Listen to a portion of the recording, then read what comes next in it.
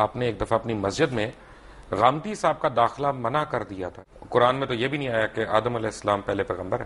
آدم جس طرح ہم کہتے ہیں اپنی کہانیوں میں ہماری ٹیکسٹ بکس میں لکھا ہوا ہے اور اما حوا اور یہ اور پسلی سے نکلنا یہ سب غلط ہے. پڑھنا اس کے سوری, سوکھا ہوا گارا نہیں ہے, لیس دار گارا ہے. اولڈ ٹیسٹمنٹ آپ مجھے سنا رہے ہیں. نہیں, قرآن بتا. اولڈ ٹیسٹمنٹ شروع اس طرح ہوتا ہے. میں تو قرآن on the day one Lord said let there be water and there was. یہ بھی طے پا گیا کہ آدم علیہ السلام پیغمبر نہیں تھے. اونٹ کو پیدا کرنے کا میں نے کہا اللہ تعالیٰ نے کیوں تشبیہ دی ہے. حابیل نے ایک بہن سے شادی کی, قابیل نے دوسری بہن سے شادی کی, تو یہ غیر اسلامی ہے. قبلۃ الاول بیت القدس کیسے ہے؟ پوری امت مسلمہ بے وقوفی کی بات کر. تو خانہ کعبہ میں بھی تو 300 بت تھے نا. خانہ کعبہ میں بھی ہم سے پہلے کفار تھے.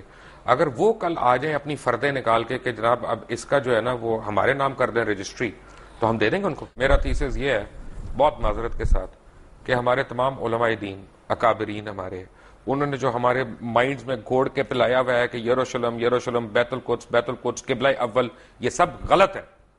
اس میں کوئی صداقت نہیں ہے. بیت القدس ہمارا قبلہ اول نہیں ہے.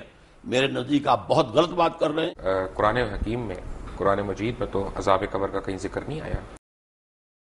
ایک تو ویسے مجھے آپ سے ڈر لگتا ہے, اوپر سے آپ جو ہے وہ پہن کے بھی سفید سب کچھ آ گئے ہیں, جیسے کفن باندھ کے آ جاتا ہے آدمی.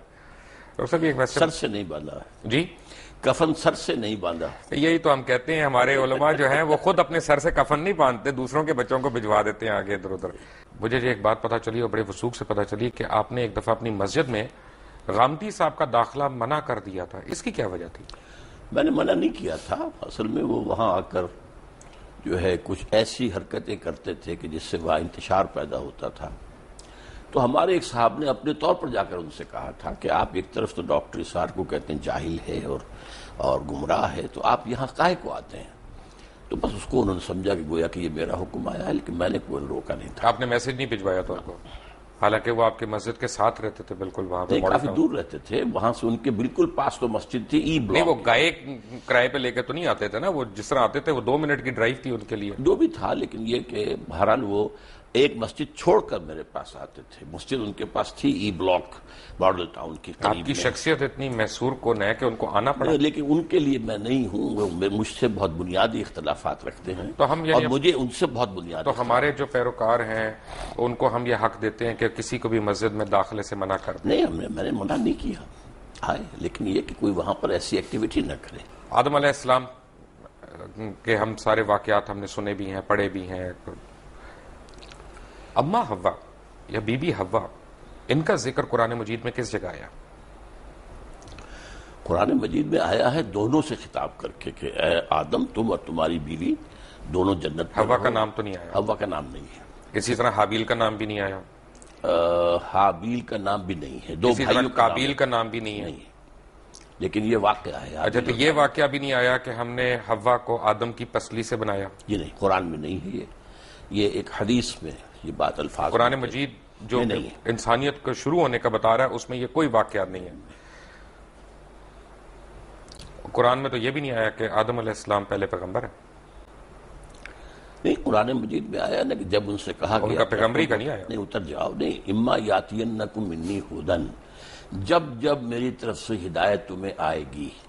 گویا کہ اس کے پہلے سے اعلان تھا کہ ہدایت آتی رہے گی, اور وہی ہدایت وہی کی ہدایت ہے جس کو وہ ہدایت آتی تھی وہ نبی ہوتا تھا. اصل میں قرآن مجید جہاں تک ہماری اور ویسے بھی قرآن مجید میں ایک مقام پر ان اللہ اصطفیٰ آدم و نوحا وآل ابراہیم وآل عمران علی العالمین, تو جہاں انبیاء کا ذکر ہے ان میں سب سے پہلے حضرت آدم کا ذکر ہے سورہ آل عمران میں. بڑی اچھی بات ہے ڈاکٹر صاحب. یہ دیکھیں نا, اصل میں جو میں نے جو آج تھوڑا سا پڑھ رہا تھا, کچھ پہلے بھی ہم نے پڑھا, تو آدم جو مجھے نظر آیا اس میں قرآن مجید میں, کیونکہ میں نے آپ کو عرض کیا تھا پہلے تھوڑی سی میں نے بھی صرف پڑھی ہے, تھوڑی سی نحو پڑھی ہے, کوشش کی ہے. میں طالب علم ہوں, میں اگر میں سے گستاخی ہو جائے تو پلیز مائنڈ نہ کریے گا.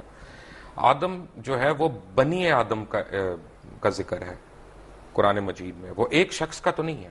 مثلا میں آپ کو ایک آیت دکھاؤں, پڑھ کے سناؤں. نہیں, لیکن بہت سی جگہوں پر آدم ایک کی حیثیت سے.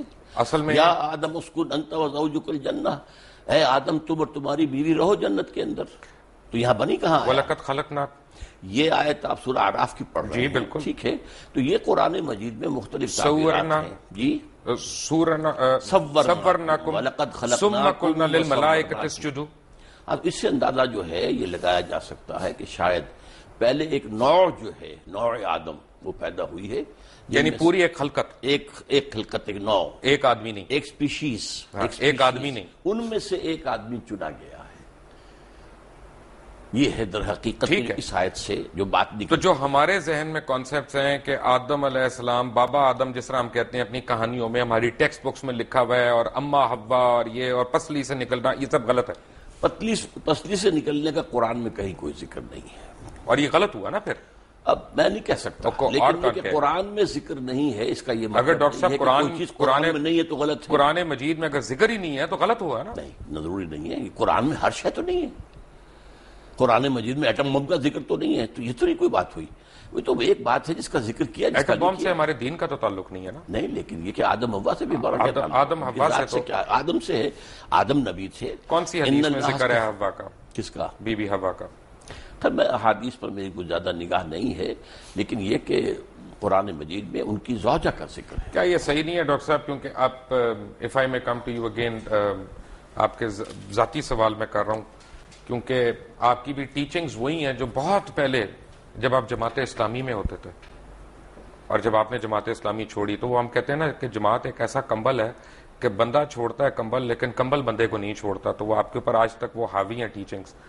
اس سے بہتر تعبیر یہ ہے جس نے کہا تھا کہ جو لوگ جماعت سے نکل جاتے ہیں ان میں سے جماعت نہیں نکلتی، یہ ایک بہتر تعبیر ہے کہ جماعت کا ایک بنیادی اب سردیاں آ رہی ہیں تو کمبل کا ذکر بہتر ہے، جس نے بھی کہا، لیکن اصل میں بات یہ ہے کہ بائبل تو ہے نا لائبریری آف بکس، جی ٹھیک ہے نا، جیسے جوش بائبل جو ہے 39 بکس ہیں، اسی طرح پروٹیسٹنٹ بائبل بھی 39 اور 27 ہے، کیتھولک جو ہے وہ 46 بکس ہیں، لیکن ایک بک ہے بائبل کی، اس کا نام ہے بارنباس، جس کے اوپر جتنے جویش فرقے ہیں، کیونکہ ان میں بھی بہت فرقے ہیں، اور جتنے عیسائی، یا عیسائی نہیں کہنا چاہیے، مجھے ایک میرے ویور نے کہا تھا جی مسیح کہا کریں آپ ہمیں، مسیح برادران کے فرقے ہیں، وہ ساروں کا اس سے اختلاف ہے کہ یہ ہمارا بائبل ہے، کیونکہ اس بائبل کا مقدمہ جو ہے مولانا سید ابو الاعلیٰ مودودی نے لکھا، اور انہوں نے اس کو پاکستان میں بھی انٹروڈیوس کیا، اور اس بائبل میں اس طرح کی بڑی کہانیاں، اور یہ جو ببلیکل سٹوریز ہیں ان کو آپ لوگوں نے، اور خاص طور پہ جماعت کے اولین لیڈرز نے، ہمارے مذہب کا حصہ بنا دیا۔ میں معافی چاہتا ہوں، پہلی بات تو آپ نے یہ کہی کہ بائبل کی سٹوری ہے، برنباس کو انکلوڈ نہیں کرتے یہ بائبل میں، کوئی نہیں کرتا، وہ نہیں کرتے، نہیں، اس لیے ہم نے تو مقدمہ لکھ دیا ان کا۔ نہیں، وہ دوسری بات ہے، سوال پہلے یہ ہے کہ جو لوگ بائبل کے ماننے والے ہیں وہ بائبل میں برنباس کو انکلوڈ نہیں کرتے، اس کا یہ مطلب نہیں کہ برنباس درست نہیں ہے، برنباس اس لیے کہ 104 بائبلز تھیں، گاسپلز، ٹھیک ہے، جن میں سے چن کر 4 کو جو ہے کینونیکل قرار دیا گیا ہے۔ 100 bibles are there which are not canonical، apocryphal کہلاتی ہیں، وہ ان میں سے ایک برنبا بھی ہے۔ جو قرآن مجید کی میں نے آپ کو آیت کوٹ کی، اس میں تو لکھا ہے خلقناکم، کم تو پلورل ہے، تو اس کا تو مطلب ہے کہ ایک فرد واحد نہیں پیدا کیا گیا، ایک ساتھ پتہ نہیں کتنے لوگ پیدا کیے گئے، پتہ کتنے لوگ، کن فیکون تھا نا۔ میں نے عرض کیا نا، ایک species, Homo sapien species which are an animal, اس میں سے ایک کو سلیکٹ کیا گیا اور اس میں اللہ نے روح پھونکی، and he became Adam, he was a person.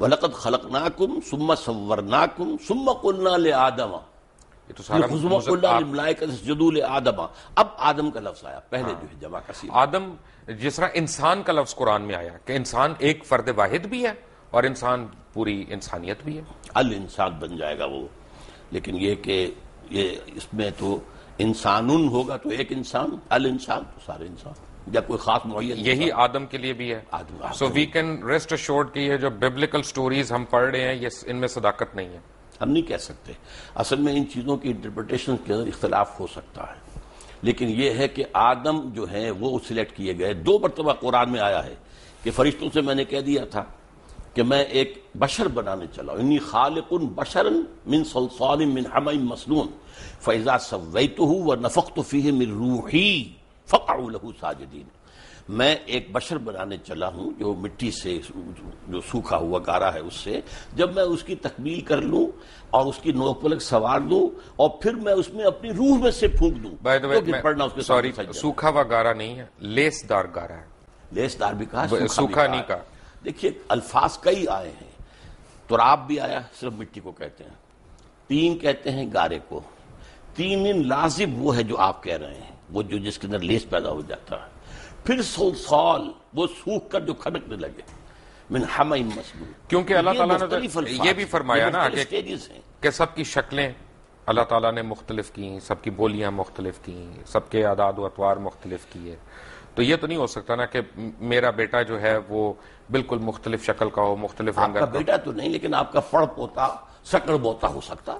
نہیں یہ لیکن جس طرح کی ریسز بنی ہیں، چائنیز بھی ہیں، جاپنیز بھی ہیں. By the passage of time, by the passage of time climatic effect ہوئے ہیں، مختلف علاقوں کے اثرات ہوئے ہیں، اس سے یہ ہے کہ شکلیں بدلی، رنگ بدلے. انسان کو چھوڑ دیں ایک سیکنڈ کے لیے. اچھا. جانور کیسے آئے؟ جی جانور تخلیق سے آئے؟ تخلیق سے آئے نا. ہاں. کیا ہر جانور پسلی سے نکالا گیا؟ نہیں، پسلی سے تو میں نے اس بات کو بھی نہیں مانا. کیا ہر مچھلی پسلی سے نکالی گئی اس کی مادہ؟ نہیں نہیں، بالکل نہیں. تو یعنی اس کا مطلب یہ ہے اللہ ڈاکٹر تعالیٰ کی صاحب، تخلیق کا عمل تھا اور اس کے بارے میں ایک ایوولوشنری پروسیس کو مانا جا سکتا ہے. میں تھوڑا سا کنفیوز ہو گیا. جی میں اصل میں طالب علم ہوں، میں سیکھنے کی کوشش کر رہا ہوں کہ قرآن مجید جیسا معجزہ ہمارے پاس موجود ہے اور اسٹرینتھ میں ہمیں بائبل کی سٹوریز لینی ہے اس کو انٹرپریٹ کرنے کے لیے.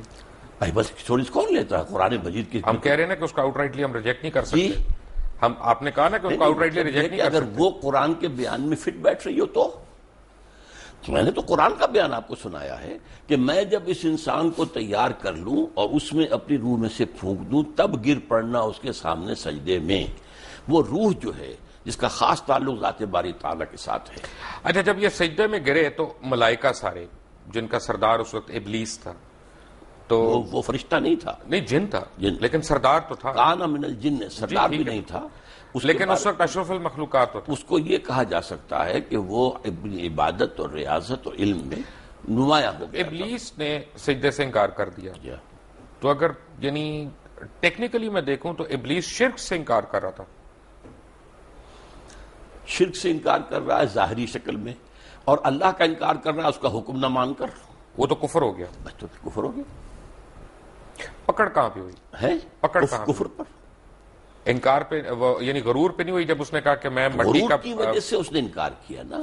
اس کے اندر جو ہے ابا واستکبر وکان من الکافرین، اس نے استکبار کیا. اس نے صاف کہا خلقتنی من نار وخلقتہ من طین. بالکل صحیح. خدا تو نے مجھے تو بنایا ہے آگ سے، اس کو بنایا اس کو بنایا مٹی سے، وہ بھی لیسدار مٹی سے. تو طے یہ پایا لیس دار کا دس دوبارہ آپ لے آئے. میں نے آپ کو بتایا تھا کہ وہ ایک لفظ ہے. تراب بھی ہے جس کے معنی صرف مٹی ہیں، تین بھی ہے جس کے معنی گارا ہیں، تین لازم کے وہ معنی ہیں جو آپ کر رہے ہیں. تراب ہے. ثم قال لہ کن فیکون. ہاں تو لیکن تراب صرف مٹی کو کہتے ہیں. یہ لیسدار ویسدار کہاں سے لے آیا آپ اس میں؟ وہ لیسدار اس میں ہے، تین لازم. جو آپ کہہ رہے ہیں وہ سورۃ المومنون میں ہے، 12 نمبر آیت میں ہے کہ ہم نے انسان کو مٹی کے ست یا جوہر سے، اسے سوکھی مٹی سے اسے بنایا. من سلالۃ من طین. جی. اور سورہ سجدہ کی آیت نمبر 7 میں بتایا گیا ہے کہ جو بھی چیز اس نے بنائی خوبی بنائی، اور انسان کی تخلیق کی ابتدا مٹی کے گارے سے ہوئی. گارے سے. تین. ٹھیک ہے نا. ابھی اس میں لفظ لیس نہیں آیا، آپ نہ ایڈ کیجئے لیس اس میں. لیس آئی سورہ صفت میں، ٹھیک ہے. آیت نمبر 11 میں. صفت کوئی صورت نہیں ہے قرآن کی. صاف سوری میں آپ سے سیکھنے کے لیے تو بیٹھا ہوں یہاں پہ. میں سکھا رہا ہوں نا، میں بھی سکھاؤں گا آخر. بالکل آپ سکھاتے جائیں، ہم سیکھتے جائیں گے. تو اس کا مطلب ہے کہ غرور اللہ کو نہیں پسند. بالکل نہیں پسند. تو جب ہم یہاں پہ بیٹھتے اللہ کے حکم سے انکار اللہ کو پسند نہیں ہے. اللہ کے حکم کے غرور ہو گیا چاہیے. غرور تھا، حسد تھا، اس لیے کہ وہ سمجھتا تھا کہ میں اعلیٰ ہوں. حسد تو بڑی عورتوں والی صفت ہو گئی. نہیں، مردوں میں بھی ہوتی ہے. تمام یہودیوں کے بارے میں قرآن کہتا ہے حسدم من انفسہم. اے مسلمان، تم سے حسد کی بنیاد پر یہ چاہتے ہیں کہ تم سے یہ نعمت جو ہے اسلام کی وہ چھن جائے. اصل میں تو وہ بھی مسلمان ہی تھے، لیکن انہوں نے حضور کو ماننے سے انکار کیا. بالکل. یہودی اور عیسائی یہ سارے مسلمان ہی تو تھے، کیونکہ دین ابراہیم ہے. اپنے اپنے وقت کے مسلمان تھے. یہ بڑی اچھی آپ بات بتا رہے ہیں. مجھے آنیسٹلی مجھے جو ہے نا اس کا تو یہ طے پایا کہ جب اللہ تعالیٰ نے کائنات کی تشکیل دی تو نہ صرف بنی نوع انسان بلکہ تمام جانور، جرند، پرند جتنے بھی ہیں وہ نر اور مادہ جوڑوں میں اس نے پیدا کیا. یہ بیک وقت نہیں ہے، اس کے اندر ایک ایوولوشن ہو سکتا ہے، لیکن کن فیکون ہے نا. کن فیکون اس کے بیچ میں ہمیں یہ نہیں پتا گیپ کتنا ہے. ہاں تو یہ اصل میں کن فیکون بھی قرآن میں آتا ہے، اور یہ بھی آتا ہے 6 دنوں میں پیدا کیا. وہ تو بائبلیکل ڈیز کائنات کو قرآن میں ہے.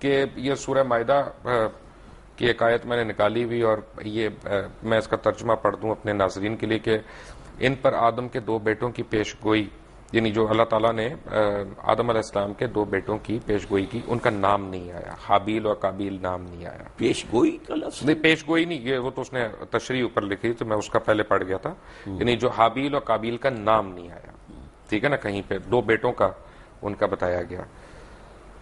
اب سوال یہ ہے، کیونکہ جب آپ نے یہ کہہ دیا نا کہ کافی پتہ نہیں ہزاروں سینکڑوں لاکھوں اللہ تعالیٰ نے انسان ایک ساتھ تیار کیے، ایک ساتھ پیدا کیے کن فیکون کہہ کے، تو پھر مجھے ٹھیس پہنچی ہے۔ اس کا مطلب ہے کہ انسیسٹ نہیں ہوا کہیں پہ، کیونکہ جو ایک عام تاثر ہم لوگ لیتے ہیں کہ حابیل نے ایک بہن سے شادی کی، قابیل نے دوسری بہن سے شادی کی، تو یہ غیر اسلامی ہے اس کی، تو کیونکہ اس وقت مخلوق اتنی زیادہ تھی تو انہوں نے دوسروں سے کی۔ پہلی بات تو یہ ہے کہ یہ بات قرآن میں نہیں ہے، البتہ احادیث میں ہے، اور ظاہر بات ہے کہ یہ انسیسٹ کب جا کے حرام قرار دیا گیا، اور جب تک حرام نہیں قرار دیا گیا اس وقت تک اللہ کی طرف سے جائز تھا تو ٹھیک تھا۔ ایسے یہ جان لیجئے کہ جو میں نے کہا تھا کہ ایک پوری سپیشیز تیار کی گئی ہے، اس میں سے ایک پرسن آدم ہے، اس کے بعد نسل آدم کی چلیے، باقی سپیشیز پوری جو ہے ختم ہو گئی، ٹھیک ہے، جیسے ڈائناسورس ختم ہو گئے وہ سپیشیز ختم ہو گئی، ان کی اب نسل میں اب ظاہر بات ہے کہ اس میں بیٹا بیٹی ہو رہے ہیں، اب اس کو آگے کیسے چلنا ہوگا؟ بالکل صحیح کہہ رہے ہیں تو یہ ایک ایکسیپشن ہے۔ ڈاکٹر صاحب، پہلے نبی پہلے پیغمبر سے ہم پہلے قبلے پہ آ جاتے ہیں، قبلۃ الاول بیت القدس کیسے ہے؟ نہیں، یہ مغالطہ ہے لوگوں کو، اس کو کہہ دیا جاتا ہے صرف اس لیے کہ حضور نے مدینہ تشریف آوری کے بعد 16 مہینے بیت المقدس کی طرف رخ کر کے نماز پڑھی ہے، اس کے بعد تحویل کا حکم آیا، لیکن قبلہ اول ہمیشہ سے کعبہ ہی تھا۔ تو ہم کیوں اس کو کہتے ہیں؟ وہ تو ایک درمیانی طور کے لیے اللہ تعالیٰ کا حکم تھا۔ نہیں، تو اس کا مطلب پوری امت مسلمہ بے وقوفی کی بات کر رہی ہے؟ نہیں، بالکل نہیں کر رہی، سب مانتے ہیں کہ قبلہ اول سب سے ان اول بیت وضع للناس الذی ببکہ تھا، پہلا گھر اللہ کی عبادت کے لیے جو بنایا گیا مکہ میں بنایا گیا، سمجھا، وہ یہ خانہ کعبہ ہے۔ مکہ بکہ ایک سیم ورڈ ہے یہ، سمجھا، تو اولا بیت وضع للناس الذی ببکہ، اور یہ آدم کی جو یہ سورہ آل عمران کی 3 آیت ہے۔ نہیں، تیسری تو خیر نہیں، تیسری نہیں، غلط کہہ رہے ہیں آپ، نہیں، آیت نمبر 96 ہے، سوری 96، مائی مسٹیک، میں نے وہ لکھا تو مجھے پورا یاد نہیں ہے آیت نمبر، لیکن یہ کہ ان اولا بیت، اصل میں اس کے بعد ویسے بھی اصل جو تاریخ ہے وہ یہ کہ حضرت آدم نے بنایا تھا، اس کے بعد طوفان کی زد میں آ کر یہ ختم ہو گیا تھا، صرف بنیادیں رہ گئی تھی، پھر حضرت ابراہیم کو اللہ نے وہ بنیادوں کا جو ہے علم دیا، وہاں سے آپ نے اور اسماعیل نے اس کی تعبیر کی ہے، تو یہ گویا کہ اس کے بعد سے وہ گھر اچھا، جو پڑھنے میں آیا وہ یہ ہے کہ صفائی کی ہے، اس کی کلیننگ کی ہے، تعمیر اس کی یعنی چھت کی ہے، دیواریں تو قائم تھی۔ یرفع ابراہیم القواعد من البیت، جبکہ اٹھا رہے تھے ابراہیم اور اسماعیل اس گھر کی دیواریں، اس میں صرف بنیاد رہ گئی تھی اور اس کا اور کوئی نشان نہیں تھا۔ تو اس کا مطلب ہے کہ اگر ہم بیت القدس کو قبلہ اول کہتے ہیں تو ہم غلط کہتے ہیں؟ غلط کہتے ہیں، بیت المقدس جو ہے تو یہ ہمارے علماء کیوں نہیں بتاتے لوگوں کو، کیوں ہم جہالت کی طرف ڈالتے ہیں؟ یہ میرے خیال میں تو بتاتے بھی ہیں، کہاں بتایا؟ بتاتے ہیں، اصل میں ایک بات کہنے میں آ جاتی ہے، ورنہ اب تو 16 مہینے حضور نے اس کی طرف رخ کر کے نماز پڑھی، پھر جو ہے تبدیل ہوا ہے، اس حوالے سے کہہ سکتے ہیں اس پہ کہ مکی دور مدنی دور میں قبلہ اول جو ہے وہ بیت المقدس تھا، جس کی وجہ سے مسجد قبلتین سعودی عربیہ میں ہے، ٹھیک ہے نا۔ اب یہاں پہ بھی ایک تھوڑا سا میں سمجھنا چاہ رہا ہوں، بیسیکلی قبلے کا لفظی مطلب کیا؟ رخ، قبلے کا مطلب رخ ہے، تو اگر میں نے آپ کی طرف رخ کیا ہوا ہے تو آپ میرا قبلہ ہو گیا۔ کہتے ہیں ہم قبلہ کعبہ، اپنے بزرگوں کو کہتے تھے قبلہ کعبہ۔ اچھا، میری انڈرسٹینڈنگ ذرا سی ڈفرینٹ ہے، میری انڈرسٹینڈنگ میں ایمان کا رخ جو ہے وہ قبلہ ہے، نہیں تو خیر آپ فزیکل رخ نہیں، جو چاہے آپ کر لیں، میں روکتا نہیں، یعنی آج میں کلمہ پڑھ لیا، جو ہے اگر میں نے آج کلمہ پڑھ لیا تو آپ یہ کہہ سکتے ہیں آج اللہ تعالیٰ نے اس کا قبلہ درست کر دیا۔ یہ محاورے میں آپ استعمال کریں گے، قبلہ یہی ہے کہ جس طرف عبادت میں رخ کرنے کو کہا گیا ہے، وما جعلنا القبلة التي كنت عليها الا لنعلم من يتبع الرسول ممن ينقلب على عقبيه، اے محمد صلی اللہ علیہ وسلم ہم نے یہ کچھ عرصے کے لیے جو یہ قبلہ تمہارے لیے مقرر کر دیا تھا یہ اس لیے تاکہ ہم جانچ لیں کہ کون رسول کی پیروی کرتا ہے اور کون اپنی ایڑیوں کے بل مڑ جاتا ہے. چونکہ عرب کے لوگوں کے لیے جو امیین تھے بنی اسماعیل ان کے لیے تو قبلہ جو ہے یہ بیت المقدس تو وہ جانتے ہی نہیں تھے کس بلا کا نام ہے, وہ تو کعبے کو جانتے تھے.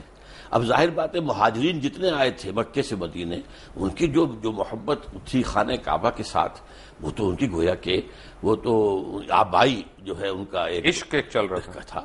تو وہ اب اس میں امتحان لیا ہے کہ آیا رسول کے حکم سے اب کیا ہو رہا ہے. جب حضور مکے میں ہوتے تھے تو آپ ایسے کھڑے ہوتے تھے نماز پڑھنے کے لیے کہ خانہ کعبہ بھی سامنے اور بیت المقدس بھی سامنے.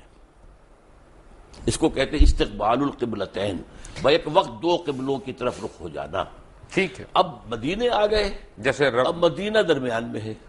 اگر آپ مکے رخ کریں گے تو پیٹھ ہوگا بیت المقدس کو اور بیت المقدس کو رخ کریں گے تو پیٹھ ہوگی خانہ کعبہ کو.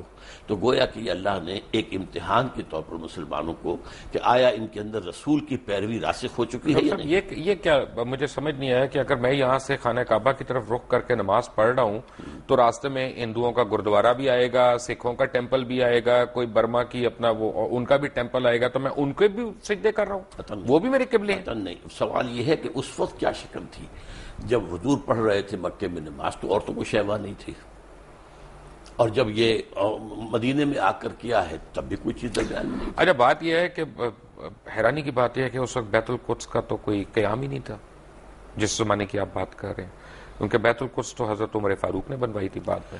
بیت المقدس جو ہے وہ حضرت عمر نے تعبیر کروائی ہے مسجد عمر کے نام سے, لیکن یہ علاقہ ٹیمپل ماؤنٹ جو ہے یہ ٹیمپل آف سولومن تھا. ٹیمپل آف سولومن تھا, لیکن temple Mount per temple of Solomon تھا نا, ایک پہاڑی ہے, ٹھیک ہے, یہ مستطیل رقبہ ہے جس پہ حضرت سلیمان علیہ السلام نے یہ تعمیر کی, جنوں سے تعمیر کروائی. اس کے بعد حضور کے زمانے میں وہ چرچ تھا.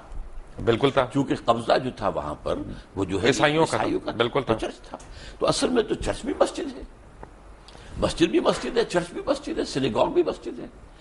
سورہ حج میں اللہ نے فرمایا ہے کہ وَلَوْلَا دَفْعُ اللَّهُ النَّاسَ بَعْضَهُم بِبَعْضٍ لَهُدِّمَتْ صَوَامِعُ وَبِيَعٌ وَصَلَوَاتٌ وَمَسَاجِدُ يُذْكَرُ فِيهَا اسْمُ اللَّهِ كَثِيرًا. اللہ تعالیٰ اگر اس طریقے سے ایک قوم سے دوسری قوم کو دفاع نہ کراتا رہتا تو یہ ساری مسجدیں اور یہ سارے سلوتے اور سینیگوگز یہ سب کے سب ختم ہو گئے ہوتے. تو اس کا مطلب ہے کہ مسلمان جو ہیں وہ یہودیوں کی یا عیسائیوں کی عبادت گاہ کو سجدہ کرتے رہے کعبہ کو چھوڑ کے. سجدہ تو نہ اس کو کیا نہ کعبے کو کیا, سجدہ اللہ کو کرتے, قبلے کی ڈائریکشن پر. لیکن یہودیوں اور عیسائیوں میں بھی اختلاف تھا. ایک مشرق کی طرف جب وہ خود ٹیمپل آف سولومن کے اندر عبادت یعنی کرتے مسلمان خانہ کعبہ کو چھوڑ کے یہودیوں اور عیسائیوں کی عبادت گاہ کو سجدہ کرتے رہے, اس کو سجدہ نہیں کرتے رہے, اس رخ میں.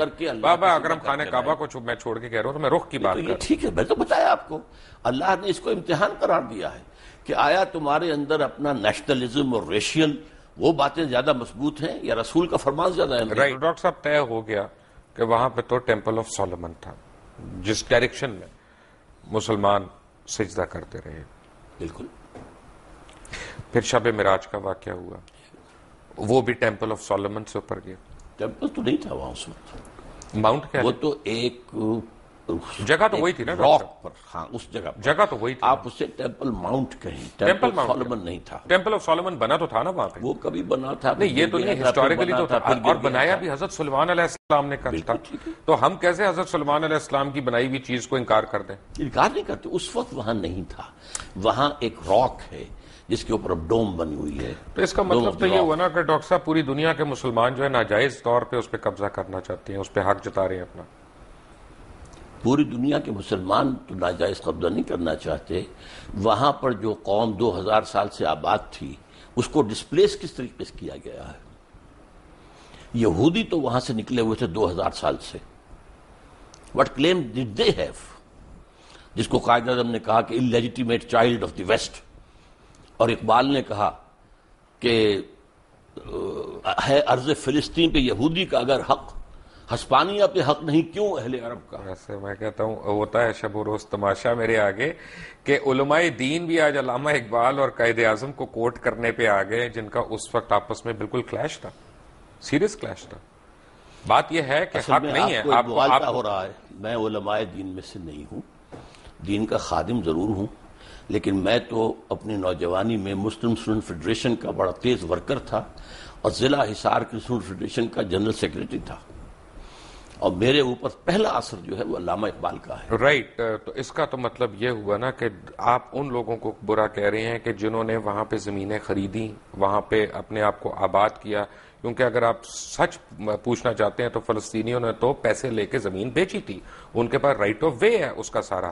آپ کس طرح ان کو ڈسپلیسمنٹ کی بات کر رہے ہیں؟ رائٹ آف وے نہیں تھا ان کا، اس لیے کہ جب ہینڈ اوور کیا ہے یروشلم عیسائیوں نے حضرت عمر کو، تو جو انہوں نے ڈکٹیٹ کرائیں گی ٹرمز، ان میں سے ایک یہ تھی کہ آپ یہاں یہودیوں کو آباد نہیں ہونے دیں گے.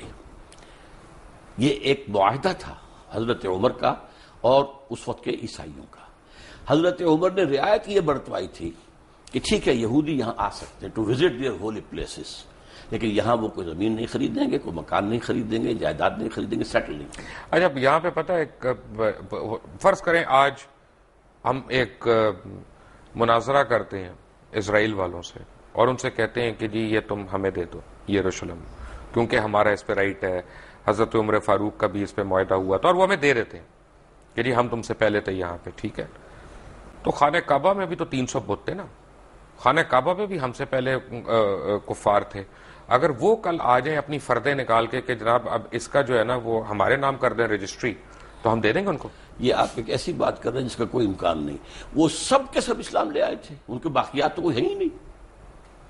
وہ لوگ جو تھے مشرکین مکہ کہاں رہے گئے؟ ہم نے بھی تو ڈسپلیس کیا نا. نہیں، کہاں ڈسپلیس کیا؟ ڈسپلیس وہی کے وہی مان مدینہ تو شہر ہی یہودیوں کا تھا. یہودیوں کو ڈسپلیس کیا کیوں کیا؟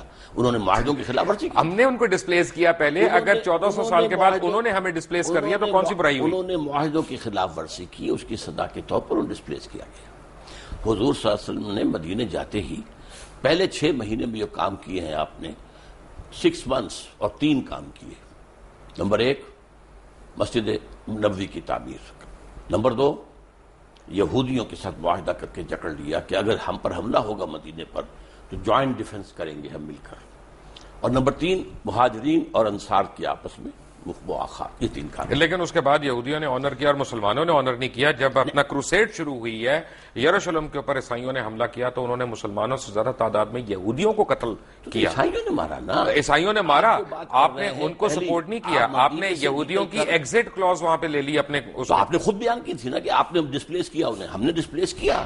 کیوں کیا؟ کس لیے کیا؟ کہ انہوں نے خلاف ورزی کی. کوئی خلاف ورزی نہیں کی. آپ کی تو ڈاکٹر صاحب یہ تو مجھے بتائیں نا کون کیا تھا اس کی خلاف ورزی کی؟ معاہدے تو ہم نے بھی کئی خلاف ورزیاں کی ہیں. اب یہ تو خیر زرداری صاحب. عبداللہ بن ابی تو مسلمان تھا، عبداللہ بن ابی یہودی تو نہیں تھا. تو اسے کیا کہا ہے؟ نہیں، اس نے کافی منافق نہیں تھا، منافقوں کا سردار نہیں تھا. لیکن اس کو کیا کیا؟ ہم سے بڑا منافق کون ہے دنیا میں؟ ہے لیکن یہ کہ اس کو کیا کیا حضور نے؟ قتل کیا، اس کو مارا نہیں. اس کی نماز جنازہ نہیں پڑھائی.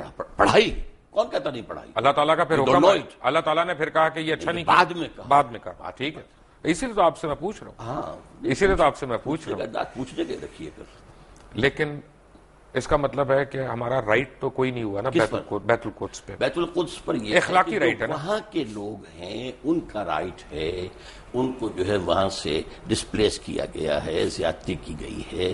اس حوالے سے تو یہ تو آپ ایک ہیومنٹیرین بیسس پہ کہہ رہے ہیں نا، انسانی حقوق کے اوپر کہہ رہے ہیں کہ یہ جو اب یہودیوں نے اپنا پورا زور لگایا تھا. آپ معلوم ہوگا سلطان عبد الحمید خان وہ بہت زیادہ مقروض تھا، بہت مقروض تھا، اور یہودیوں نے آفر کی تھی کہ آپ سارا قرضہ آپ کا ادا کر دیتے ہیں، آپ ہمیں وہاں آباد ہونے کی اجازت دے دیں. انہوں نے انکار کر دیا کہ جو معاہدہ عمر سے ہوا تھا رضی اللہ تعالیٰ عنہ، میں اس کی خلاف. لیکن اس کے بعد فلسطینیوں نے اپنی زمین بیچی وہاں پہ. تو یہ کہ جب وہاں پر بالفور ڈکلیریشن کے ذریعے سے انہیں حق دیا گیا ہے تب وہ آئے ہیں نا وہاں. بھائی وہ اور بیچی فری تو نہیں آئے، وہ یہاں پہ ایسے تو نہیں کہ ایم این اے نے قبضہ کر لیا پلاٹ کے اوپر. نہیں، ڈاکٹر صاحب انہوں نے پیسے دیے، ان کے پاس فردیں موجود ہیں. کیا باتیں کر رہے ہیں؟ ملکیت ہے ان کے پاس. پرانے لے کر نکل آئے اپنے پاس 2500 پرانے ڈاکومنٹس کے، یہ تو ہماری جگہ تھی. کون ان کو روکنے والا تھا وہاں پر؟ یہ ضرور ہے، یہ بھی کیا ہے شروع میں جو آپ کہہ رہے ہیں کہ ایک شخص سے کہا گیا کہ آپ کا مکان کیا ہے، اس نے کہا چلیں اس کا مطلب ہے 3 لاکھ دیتے ہیں. اس کا مطلب ہے کہ ہمارا اخلاقی سٹینڈ ہے، دینی سٹینڈ کوئی نہیں ہے فلسطین پہ، یروشلم پہ. آپ اخلاق کو دین سے علیحدہ کیوں کرتے ہیں؟ میں اس لیے علیحدہ کر رہا ہوں کیونکہ قرآن مجید میں کہیں پہ بھی ایک بھی آیت یروشلم کے حق میں نہیں آئی. اس نے یہ نہیں کہا کہ یروشلم تمہارا قبلہ ہے یا قبلہ تھا یا قبلہ ہوگا کبھی یا تمہاری اس میں ملکیت ہے. اسے کہا اور بائبل میں ایک بھی جگہ خانہ کعبہ کا ذکر نہیں آیا. اس کو چھوڑیے آپ، بکہ کے لفظ جو وہ لائے ہیں وادی بکا بنا دی ہے، وہ بکہ ہی تھا وہاں پر، لیکن یہ کہ قرآن مجید تو کہتا ہے سبحان الذی اسری بعبدہ لیلا من المسجد الحرام الی المسجد الاقصی الذی بارکنا حولہ. یروشلم کے آس پاس کو ہم نے مبارک بنایا ہے، بابرکت بنایا ہے. آپ نے اس کو بابرکت بنایا ہے، لیکن یروشلم کو قرآن نے اون نہیں کیا. قرآن مجید میں کسی جگہ اونرشپ نہیں ہے یروشلم کی. کس کے لیے؟ آپ کے لیے. اونرشپ تو ہوتی ہے جو لوگ وہاں پہ آباد ہوں ان کی ہوتی ہے. نہیں تو قرآن جو وہاں پر آباد تھے ان کا حق تھا، ان کے چھیننے کا حق. ڈاکٹر صاحب مسلمان ہیں ہم تو جغرافیکل باؤنڈریز میں بلیو ہی نہیں کرتے، ہم تو امت مسلمہ میں بلیو کرتے ہیں. تو اس لیے مطلب یہ ہم کھول دیں کھلا، جو چاہے ہمارے یہاں کے قبضہ کر لیں. آپ کا ہے ہی نہیں. How can you make rules in a place جو آپ کی ہے ہی نہیں. اب آپ کہیں کہ میں اپنے گھر میں اگر میں کسی کو، یہ آصف صاحب بیٹھے ہیں، میں کہہ رہے ہیں نا، آپ جائیے اس کو 1918 کے بالفور ڈکلیریشن سے لیجئے، اس کے بعد جو ہے 1948 میں اسرائیل قائم ہوا اس کو. ڈاکٹر صاحب میرا تھیسس ڈفرنٹ ہے. ڈاکٹر صاحب میرا تھیسس ڈفرنٹ ہے. میرا تھیسس یہ ہے بہت معذرت کے ساتھ کہ ہمارے تمام علماء دین اکابرین ہمارے، انہوں نے جو ہمارے مائنڈز میں گھوڑ کے پلایا ہوا ہے کہ یروشلم بیت القدس قبلہ اول، یہ سب غلط ہے. اس میں کوئی صداقت نہیں ہے. بیت القدس ہمارا قبلہ اول نہیں ہے. میرے نزدیک آپ بہت غلط بات کر رہے ہیں. ڈاکٹر صاحب میری عرض سن لیں. میں نے آپ سے کہا ہے ایک عرصے کے لیے وہ بیت المقدس ہمارا قبلہ رہا ہے. نہیں مدنی دور میں کہہ رہا ہوں خانہ کعبہ قبلہ اول تھا، اس کے بعد وہاں پہ آپ کی ڈائریکشن چینج ہو گئی، وہ قبلہ دوم ہوا. اس عرصے میں قبلہ دوم ہوا، لیکن مدنی دور میں قبلہ اول وہ ہے. اچھا اب میں لیٹ می ریفریز اٹ کیونکہ یہ ایسی بات ہے کہ کوئی میرے سے ناراض نہ ہو یا آپ سے ناراض نہ ہو. بات یہ ہے کہ دین ابراہیم ہے، ہم تو دین ابراہیم کو فالو کر رہے ہیں نا. بیسیکلی ہماری تو درود ابراہیم ہی ہم پڑھتے ہیں اپنی نماز میں، وہی ہم پڑھتے ہیں. تو بیسیکلی تو اسلام حضرت ابراہیم علیہ السلام لے کے آئے. وہاں انہوں نے پہلی اذان دی، وہاں انہوں نے پہلا طواف کیا، جس کا جواب ہم دیتے ہیں حج پہ جاتے ہوئے کہ لبیک لا شریک لبیک. یہ حضرت ابراہیم علیہ السلام کی اذان کا جواب ہے نا. تو بیسیکلی تو اسلام تب شروع ہو گیا تھا. دین کا لانے والے حضرت آدم ہیں، ٹھیک ہے، اس کے بعد حضرت نوح ہیں، اس کے بعد حضرت ہود ہیں، حضرت صالح ہیں. یہ تو بے شمار انبیاء ہیں. حضرت ابراہیم سے جو دین شروع ہوا ہے اس کی پھر یہ 3 شاخیں بنی ہے. سیمیٹک جو 3 مذہب ہیں، اس اعتبار سے وہ جو ہیں امام اللہ تعالیٰ نے انہیں نوع انسانی کا بنایا ہے. آج بھی یہودی، عیسائی اور مسلمان تینوں انہیں جو ہے وہ مانتے ہیں. ٹھیک ہے، تو ہمارے دین کی شروعات تو وہیں سے ہوئی نا. لیکن اب ہمارا دین مکمل ہوا ہے محمد الرسول اللہ. بالکل، اس میں کوئی شک نہیں. بس وہاں تو مہر لگ گئی، اس پہ کوئی اعتراض نہیں ہے. اس لیے میں کہہ رہا ہوں کہ اصولاً آپ کا جو قرآن مجید جو ذکر کر رہا ہے، میں صرف قرآن مجید کے حوالے سے کہہ رہا ہوں. قبلہ تو خانہ کعبہ ہوا نا، اب بھی ہے خانہ کعبہ ہی. پہلے بھی تھا ایک عرصے میں 16 مہینے بیت المقدس. ٹھیک ہے، میں آپ کی بات، یعنی آپ عالم ہیں ماشاءاللہ، تو وہ قبلہ دوم ہو گیا نا. آپ چاہیں تو کہہ لیں اس کو. غلط ہوگا کہ صحیح ہوگا دوئم کہنا اس کو؟ میں کہتا ہوں وہ قبلہ عارضی تھا ایک عرصے کے لیے، اور اس کے حوالے سے وہ اول بن جاتا ہے مدینے آنے کے بعد. پہلے 16 مہینے وہ بعد میں پھر خانہ کعبہ. لیکن اصل میں بات صحیح ہے کہ قبلہ اول وہ خانہ کعبہ ہے. یہاں تک کہ جو ان کا ہوتا تھا حضرت موسیٰ علیہ السلام کے بعد جو بنی اسرائیل کا ایک عبادت گاہ ہوتی تھی، وہ خیمہ ہوتا تھا. رائٹ. وہ خیمہ جہاں جا کے لگاتے تھے اس کا رخ ایسا ہوتا تھا کہ قربانی کرتے ہوئے جنوب کی طرف رخ ہوتا تھا. رائٹ.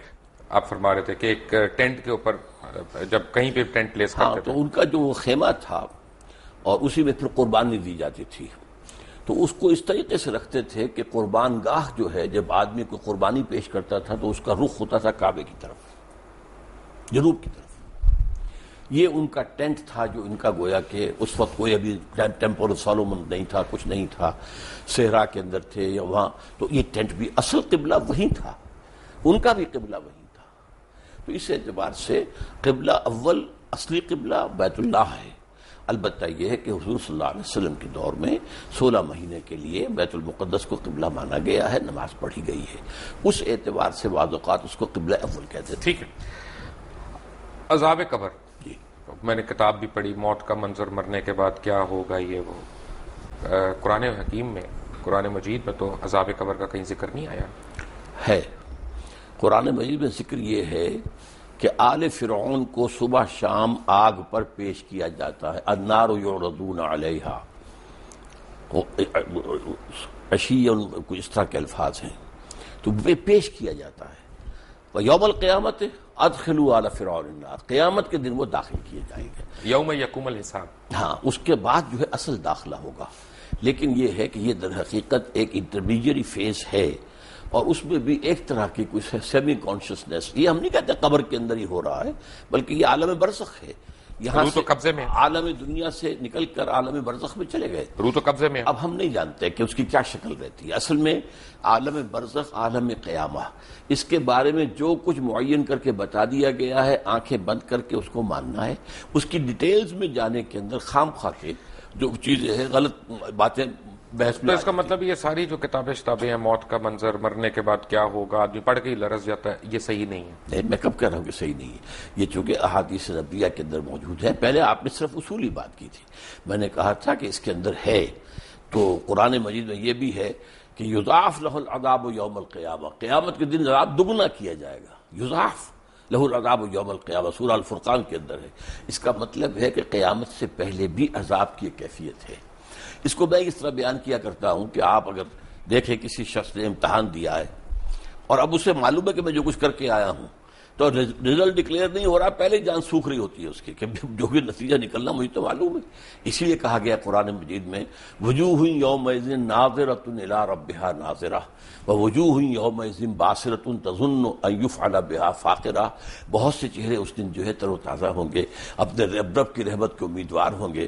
بہت سے چہرے سوکھے ہوئے ہوں گے، انہیں اندیشہ ہوگا کہ اب ان کے ساتھ کمر توڑ دینے والا سلوک. لیکن یہ بھی ہوگا کہ کوئی کسی کو پہچانے گا نہیں، کوئی رشتہ کسی کو نہیں پہچانے گا. نہیں، کس نے کہا ہے؟ پہچانیں گے، لیکن کوئی کسی کی مدد کو نہیں آئے، اون نہیں کرے گا، کوئی مدد کے لیے نہیں، بلکہ یہ کہ سب کو اپنی پڑی ہوگی، نفسی نفسی.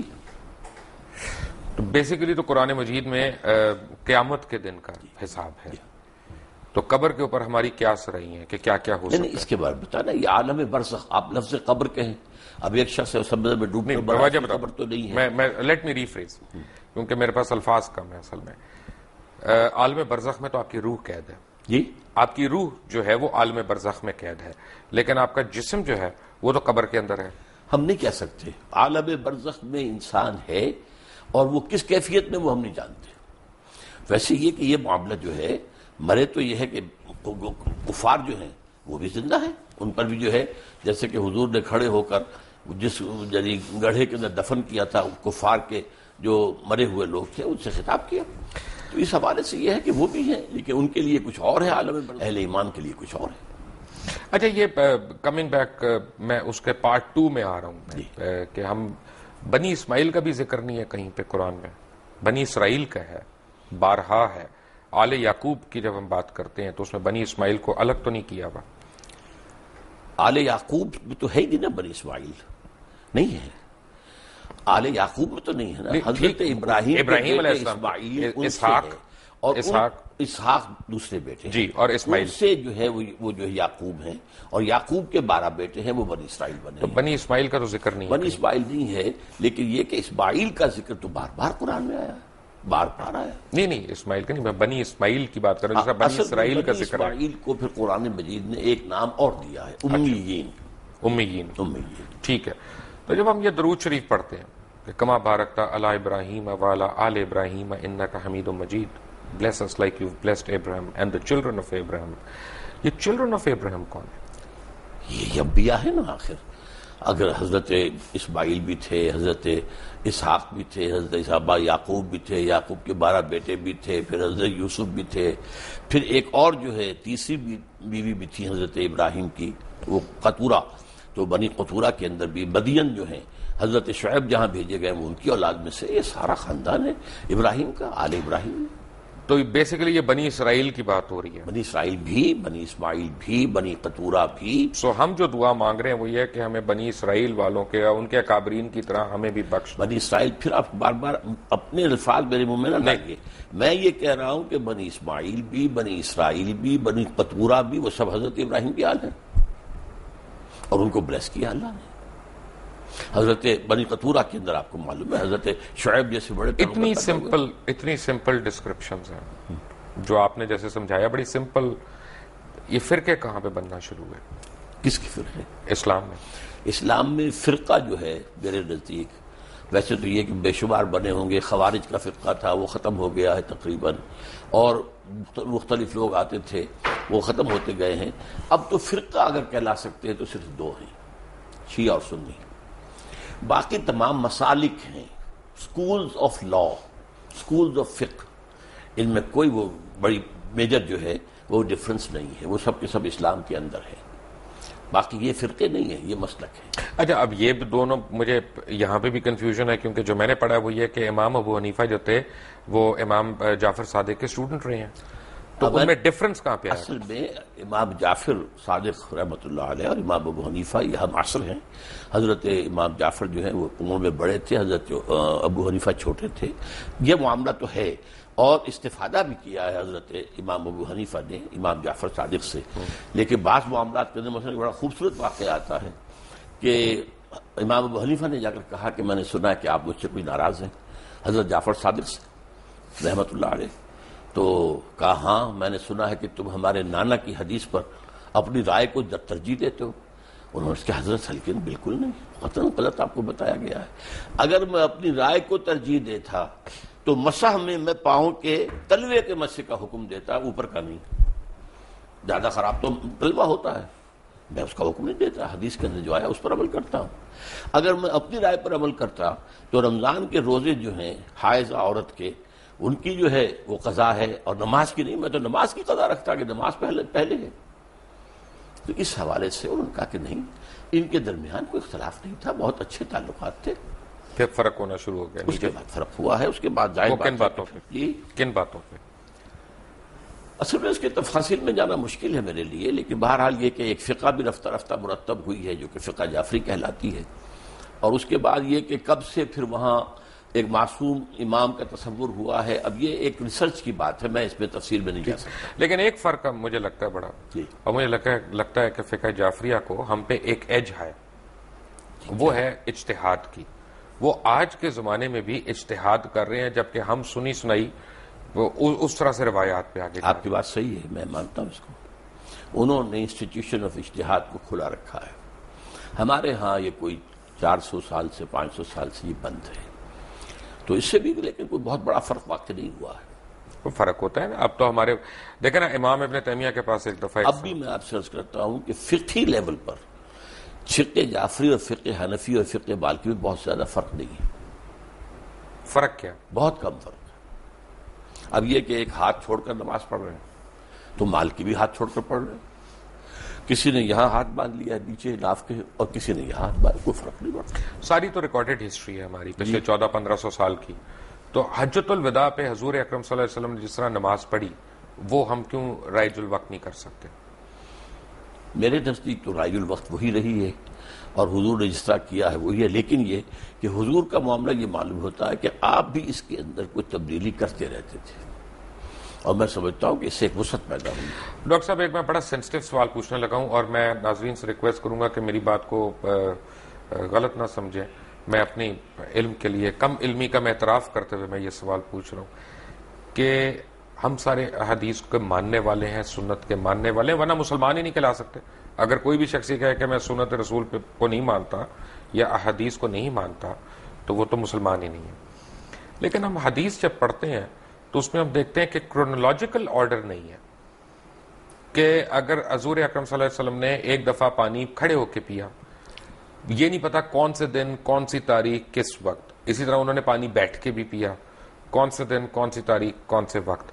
تو اس میں پرابلم یہ ہے کہ چند صحابہ جنہوں نے اس کے راوی ہیں، ادھر بھی کوئی صحابی راوی ہیں.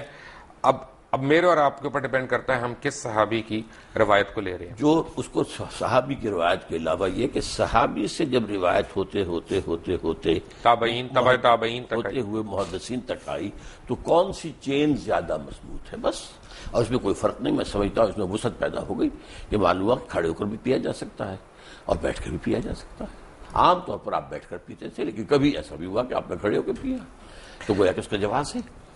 کیونکہ کمنگ بیک ٹو عذاب قبر، 1 منٹ کے لیے اگر آپ اجازت دیں تو عذاب قبر کے اوپر میں واپس آؤں. میں نے جب قرآن مجید پڑھا، انسان کو پڑھتے رہنا چاہیے لیکن ہم ذرا کمزور لوگ ہیں، کبھی کبھی پڑھتے ہیں، تو جب پڑھتا جا رہا ہوں تو میں نے یہ دیکھا کہ اس میں کسی پیغمبر نے اپنی قوم کو عذاب قبر سے نہیں ڈرایا. جس نے بھی ڈرایا قیامت کے عذاب سے ڈرایا. لیکن قرآن مجید کے اندر میں آپ کو 2 حوالے دے چکا ہوں. تو یہ کہ یضاعف لہ العذاب یوم القیامہ، قیامت کے دن عذاب دگنا کر دیا جائے گا ان کے لیے، گویا کہ پہلے بھی عذاب کی کوئی شکل تھی. اور یہ کہ آل فرعون جو ہے صبح شام آگ پر پیش کیے جاتے ہیں، دکھا دی جاتی کہ یہ ہے تمہاری آخری منزل. لیکن قیامت کے دن پھر ان کو کہا جائے گا یوم القیامت ادخلوا آل فرعون النار. ٹھیک ہے، جب ہم پیغمبر اسلام کو ہم فالو کرتے ہیں ان لیٹر اینڈ ان اسپرٹ، اصل میں قرآن مجید میں دوسرے پیغمبروں کی بہت زیادہ تفصیلی تعلیمات آئی نہیں ہے. اصل میں جو ہے معاملہ ان کا توحید، رسالت، آخرت، اس کے اوپر زور تھا. اس سے پہلے تو بلکہ حضرت ابراہیم علیہ السلام سے پہلے تو کوئی معین یعنی وہ بھی نہیں تھی جس کو ہم شریعت کہتے ہیں، بلکہ ہم کہتے ہیں کچھ چیزیں فطرت کی ہیں جو حضرت ابراہیم سے ثابت ہیں. یہ سچ ہے کہ حضرت ابراہیم کو جب اللہ تعالیٰ نے حکم دیا کہ یہاں پہ اذان دو تو وہ ہنس پڑے. انہوں نے کہا کون آئے گا یہاں پہ؟ تو پھر اللہ تعالیٰ نے کہا نہیں، یہ میرا وعدہ ہے کہ قیامت تک لوگ تمہاری اذان کا جواب دیں گے. اور میرے علم میں یہ نہیں ہے کہ حضرت ابراہیم ہنس پڑے، میرے علم میں نہیں ہے. پتہ نہیں آپ نے کہاں پڑھا ہے اس کو.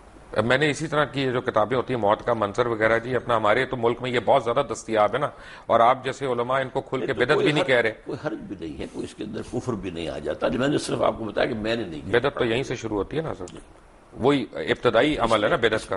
اس میں کوئی شریعت کا حکم تو نہیں نکل رہا ہے نا، ایک واقعہ ہے، تاریخی ہے یا نہیں ہے، اس پر گفتگو ہو سکتی. ٹھیک ہے. اچھا، جب ہم پیغمبر اللہ تعالیٰ کے پیغمبروں کو فالو کرتے ہیں یا پیغمبر اسلام کو ہم فالو کرتے ہیں تو خلیتاً کرتے ہیں کہ کیریکٹر وائز کرتے ہیں؟ دوبارہ واضح کریں اپنے سوال. یعنی ایک تو حلیہ ہوتا ہے نا کہ آپ اس طرح کی آپ کی جسامت ہے یا آپ اس طرح کے کپڑے پہنتے ہیں، لیکن ایک آپ کا پورا فطرت ہے کہ جی وہ اچھائی کرنا، نیکی کرنا، حقوق العباد کا خیال رکھنا، حقوق اللہ کو پورا کرنا. دونوں میں سے کون سی زیادہ ضروری چیز ہے؟ دونوں چیزیں اپنی جگہ پر اہم ہیں. ایک کا ہے معاملہ محبت کا، کہ حضور سے محبت کی وجہ سے ہم وضع قطع میں آپ کی پیروی کریں، آپ کی کرم اختیار کریں. جس سے بھی محبت ہوتی ہے آپ کو معلوم ہے دنیا میں ہے ہیرو ورشپ، تو اس حوالے سے یہ ہے کہ وہی وہ جنا کیپ جو ہے چل رہی ہے، یا گاندھی یا جواہر لال کٹ جو ہے وہ چل رہی تھی، باسکٹ وغیرہ وغیرہ. تو اس حوالے سے یا وہ ماؤ زے تونگ کا جو ہے وہ کوٹ خاص قسم کا. تو اس طریقے سے حضور کے بھی جو محبت کا تقاضا ہے تو اس میں آپ کے ان اداؤں کی بھی پیروی کی جاتی ہے. لیکن اصل شے تو وہ آپ جو شریعت لائے ہیں، جو احکام دیے ہیں، کسی شے کو حلال قرار دیا، کسی کو حرام قرار دیا ہے، کسی کو موقت کیا سنت میں، کسی کو غیر موقت کیا ہے. بعض کام ایسے بھی ہیں جو آپ نے کیے لیکن صحابہ کو روک دیا کہ مت کرو، حالانکہ وہ سنت تھی لیکن آپ نے روک دیا. صوم وصال کی ایک مثال ہے کہ آج فرض کیجیے آپ نے روزہ رکھا، شام کو افطار نہیں کیا، وہ روزہ کنٹینیو کرے ڈیورنگ دی نائٹ، اگلی صبح سے پھر وہ اگلی شام تک جا کر 2 دن کا یوم وصال، صوم وصال، 2 دن کا روزہ، کبھی 3 دن کا بھی آپ روزہ رکھ لیتے تھے. لیکن آپ نے صحابہ کو منع کیا. صحابہ نے کہا بھی کہ آپ خود رکھتے ہیں، ہمیں روکتے ہیں. آپ نے فرمایا ایکم مثلی، ابھی تو عند ربی ہوا یسقینی یطعمنی و یسقین، تم میں سے کون مجھ جیسا ہے؟ میں تو اپنے رب کے پاس رات گزارتا ہوں، وہ مجھے کھلاتا پلاتا. تو یہ چیزیں ہیں، تمام ان پر علماء نے بڑی محنتیں کی ہیں، ہمارے فقہاء نے، محدثین نے، اور ہر چیز کا ایک درجہ جو ہے معین کر دیا گیا. کیونکہ یہاں پہ عام طور پہ یہ سمجھا جاتا ہے نا کہ ہم عربی لباس پہنتے ہیں، شلوار قمیض پہنتے ہیں تو یہ دین کے قریب ہے. حالانکہ حضور تو شلوار نہیں پہنتے تھے، حضور کا تو تہبند تھا. شلوار آپ کو پیش کی گئی اور آپ نے پسند کی کہ یہ اچھا لباس ہے، زیادہ ساتر ہے. یعنی تہبند کے اندر تو آدمی رات کے وقت جو ہے ہو سکتا ہے ننگا ہو جائے، شلوار میں تو ننگا نہیں ہوتا. لیکن آپ نے پہنی نہیں، وہ آپ کی کہتے ہیں سنت عادت، جو آپ بچپن سے پہنتے آئے تھے وہی آپ پہنتے تھے. اچھا، مجھے یہ بتائیں کہ آج کل ایک جو ہے نا ڈپلیسٹی ہو رہی ہے. میں کنفیوژن کا لفظ نہیں استعمال کرنا چاہتا، ڈپلیسٹی ہو رہی ہے. ہم ایک خاص ایک طرح کا اسلام ہم اس کو پروموٹ کر رہے ہیں، کچھ لوگ اس سے ایگری کرتے ہیں، کچھ نہیں کرتے. لیکن ہو یہ رہا ہے کہ اوور آل اسلام کا ایک جو تصور پوری یعنی میں کہوں گا کہ ویسٹ کے اوپر آ رہا ہے وہ کوئی فرینڈلی تصور نہیں ہے. وہ ہم دیکھتے ہیں، ہمارے پاسپورٹ دیکھتے ہیں امیگریشن کاؤنٹرز پہ ہمیں کھڑا کر دیتے ہیں کیونکہ یہی ہم دھماکے کرنے والے بھی ہم، خود کش حملے کرنے والے بھی ہم.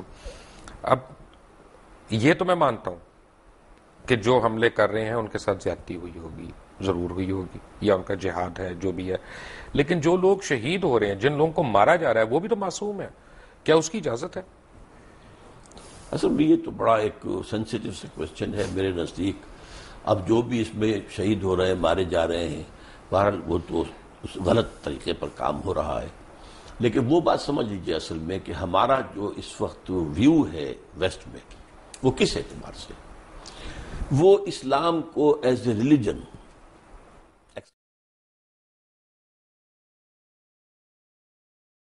سوشو اکنامک سسٹم کے طور پر ماننے کو تیار نہیں ہے. اور انہیں خطرہ یہ نظر آ رہا ہے کہ دنیا میں مسلمانوں کے اندر ایک دبی ہوئی چنگاری ہے. وہ جو علامہ اقبال نے ابلیس کی مجلس شورا میں جو ابلیس سے کہلوایا تھا کہ نہ مجھے اشتراکیت سے کوئی ڈر ہے اور نہ جمہوریت سے ہے، اگر کوئی خطر مجھ کو تو اس امت سے ہے، اس کی خاکستر میں ہے اب تک شرار آرزو. ان میں ایک آرزو ہے کہ ہمارا ایک نظام تھا، ایک پولیٹیکل سوشو اکنامک سسٹم تھا، ہمارا اپنا جو کرمنل لا تھا، ہمارا سول لا تھا، ہمارے فیملی لاز تھے، ہمارے جو ہے لا آف ایویڈنس تھا، یہ سارے قوانین تھے ہمارے، چلے تھے، 1000 برس تک چلتے رہے. تو اب ہم دوبارہ جو ہے اس کو دنیا میں نافذ یہ چیز وہ ہے جو ویسٹ کو گوارا نہیں ہے. چنانچہ جیسے ہی پچھلی صدی کے اواخر میں یو ایس ایس آر ختم ہوا اور اس کے بعد نیٹو کو اثر نو آرگنائز کرنا شروع کیا گیا اور اس کی توسیع کی کوشش ہوئی، تو پوچھا گیا تھا نیٹو چیف سے کہ اب کس کے لیے؟ وہ آپ کا دشمن تو مر گیا، مرا پڑا، آپ کے قدموں میں پڑا، آپ سے بھیک مانگ رہا ہے، امداد مانگ رہا ہے. انہوں نے کہا تھا اب ہمیں خطرہ اسلامک فنڈامنٹلزم سے ہے. یہ ہے اصل جو خطرے کی بات ہے کہ جو انہیں ہے.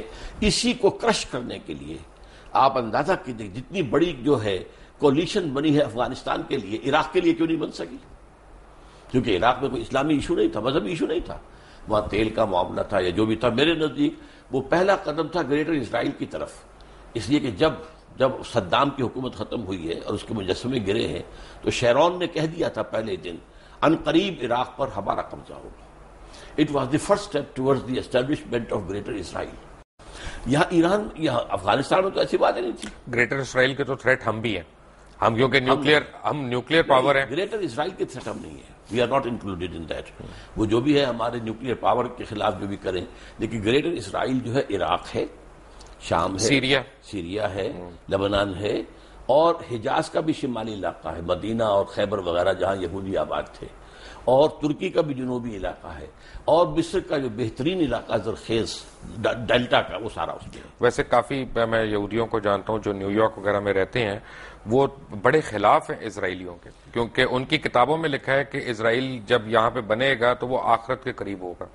ہاں، لیکن یہ کہ ان کے ہاں یہ تحریک زائنزم جو ہے یہ اصل میں بنیادی طور پر سارے یہودیوں کی نہیں ہے، بلکہ یہ سیکولر ٹائپ آف جیوز کی ہے.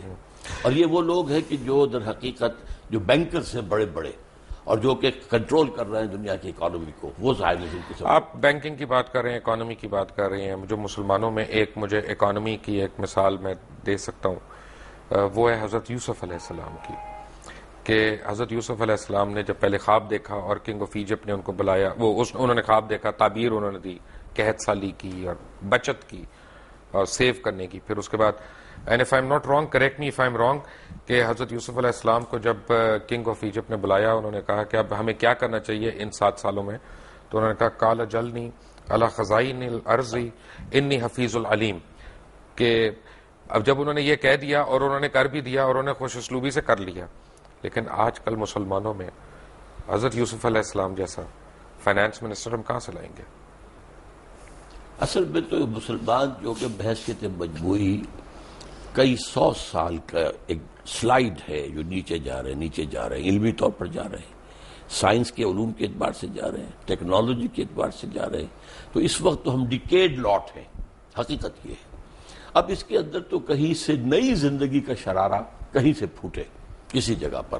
بحثیت مجموعی مسلمان امت جو ہے وہ اب اس قابل نہیں ہے. اللہ تعالیٰ کسی ملک کے اندر ہو سکتا ہے کہ ایک نئی یعنی ایک حرارت پیدا کر دے ایمان کی، اور اس کے ذریعے سے وہاں اسلامی انقلاب آ جائے اور دنیا کو دکھا دیا جائے کہ دیکھو، come and see with your own eyes, this is Islam. یہ ہے اسلام کا نظام of social justice, come and see it. جو کچھ تم نے پڑھا ہوا تمہیں دکھا دیا گیا ہے وہ نہیں ہے اسلام. اسلام تو یہ ہے, آؤ بس دیکھو. تو اصل میں یہ کام ہونا تو ہے, لیکن ابھی اس کے اور اس وقت کے دور کے درمیان بہت وقفہ ہے, اور اس میں what I fear is کہ امت مسلمہ پر بڑا سخت عذاب اللہ کا آنے والا ہے, جس کا سب سے بڑا حصہ عربوں پر آئے گا. And number 2 on the divine hit list seems to be Pakistani Muslims. Why? Number 1 عرب کیوں ہیں؟ ان کی مادری زبان میں قرآن ہے, ان کو تو کوئی بچت ہی نہیں. ان میں سے محمد تھے صلی اللہ علیہ وسلم, اور اسی پر وہ ناس بھی کرتے ہیں. تو ان کے لیے تو در حقیقت اگر وہ جیسے جیسے آزاد ہوئے, کسی نے قرآن کو اپنا امام نہیں بنایا, قبلہ کسی نے بنا لیا واشنگٹن کو, کسی نے بنا لیا ماسکو کو. They are the biggest culprits. لیکن ہمارا جو کانسیپٹ اور ہمارا معاملہ کیا؟ نمبر 2, ہم نے ایک ملک بنایا اسلام کے نام پر, لاکھوں آدمی قتل ہوئے, کروڑ انسان جو ہے ادھر سے ادھر ہوا ہے, 1 کروڑ سے کم ایسٹ پنجاب اور ویسٹ پنجاب کے درمیان. لیکن وہ اسلام کہاں ہے؟ جو اسلام آج ہمارے پاس ہے وہ تو بھارت میں بھی ہے, نمازیں وہاں بھی ہیں, مسجدیں وہاں بھی ہیں, اور ہماری حج فلائٹس ہماری جاتی ہیں, ان کی بھی جاتی ہیں. بلکہ مجھے بتایا گیا ہے کہ حج کا انتظام جو ہے وہاں, حج مشن جو ہے ہندوستان کا, وہ کہیں بہتر ہے پاکستان کے حج مشن سے. تو اب ہمارا جو لیڈر کا کانسیپٹ ہے, جو اسلام ہمیں لیڈر کا کانسیپٹ دیتا ہے, وہ تو ہے امر بالمعروف اور نہی عن المنکر. وہ کہاں سے ہم لائیں؟ انقلاب کے بعد ہوگا, اس سے پہلے تو نہیں. You have to bring about a revolution first. حضور نے ریولوشن برپا کیا, 13 سال میں ایک ریولوشنری پارٹی تیار کی ہے. دعوت ہے, تربیت ہے, تزکیہ ہے, تعلیم ہے, اور منظم کرنا ہے. ایک امیر کا حکم مانو. اس کے بعد باطل سے ٹکرایا ہے. اقبال کا ایک شعر جو ہے بہت عظیم ہے, با نشأ درویشی در ساز و دمادم زن, چو پختہ شوی خود را بر سلطنت جم زن. حضور کی حیات طیبہ کو 2 مصروں میں لے آیا اقبال. مکی دور کیا تھا؟ درویشی, دعوت, تبلیغ, نصیحت, واعظ. کوئی پاگل کہہ گیا, ٹھیک ہے کہہ گیا تو کہہ گیا, کسی نے مجنون کہہ دیا, ٹھیک ہے. مارا جا رہا ہے, صبر کرو, ہاتھ نہ اٹھاؤ. No raising of hands even in self defence. For 12 long years it was the order of the day. پھر جب ایک جماعت تیار ہو گئی کہ جو اصل میں جو اپنی سرفروشی کے لیے تیار تھے, سب کچھ دینے کے لیے تیار تھے, باطل سے ٹکرائے. با نشأ درویشی در ساز و دمادم زن, 12 سال. جو پختہ شبی خود را بر سلطنت جم زن. جب تیار ہو جاؤ تو اپنے آپ کو سلطنت زم سے ٹکرا دو. وہ ٹکر ہے جو پھر شروع ہوئی ہے مدنی دور میں آ کر, اور قتال شروع ہوا ہے, جنگ شروع ہوئی ہے. سینکڑوں صحابہ نے جانیں دی ہیں, حضور زخمی ہوئے ہیں, حضور کے دندان مبارک شہید ہوئے ہیں, خون کا فوارہ چھوٹا ہے, اور آپ کا خون اتنا گیا ہے کہ آپ بے ہوش ہو گئے ہیں. معلوم مشہور ہو گیا کہ آپ تو شہید ہو گئے ہیں. یہ ہے ریولوشنری پروسیس. اس ریولوشنری پروسیس سے کسی جگہ پر عالم اسلام میں کسی جگہ پر افسوس یہ ہے کہ ہم نے پاکستان اسی لیے بنایا تھا. اقبال کا تھاٹ یہی تھا, 1930 کے خطبے کی جان یہی تھی کہ انہوں نے اولاً مسلمانوں کی مسلم نیشن ہوڈ کو تمام جو بھی سوشولوجیکل جو بھی ہو سکتے ہیں فکر, اس کے حوالے ثابت کیا کہ مسلمان ایک علیحدہ قوم, کسی بڑی قوم کی نظم نہیں ہو سکتے. نمبر 2, انہوں نے پیشین گوئی کی کہ ہندوستان کے شمال مغرب میں ایک اسلامی ریاست قائم ہوگی. اور نمبر 3, انہوں نے کہا اگر ایسا ہو گیا تو ہمیں موقع ملے گا کہ اسلام کے چہرے پر جو بدنما داغ اور دھبے آ گئے ہیں دور عرب امپیریلزم میں, یہ بنو امیہ اور بنو عباس جنہیں ہم خلفاء کہہ دیتے ہیں, یہ تو عرب امپیریلزم تھا. اس امپیریلزم کے اندر جو تصویر آتی ہے اسلام کی, دنیا اس کے حوالے سے اسلام کو جانتی ہے.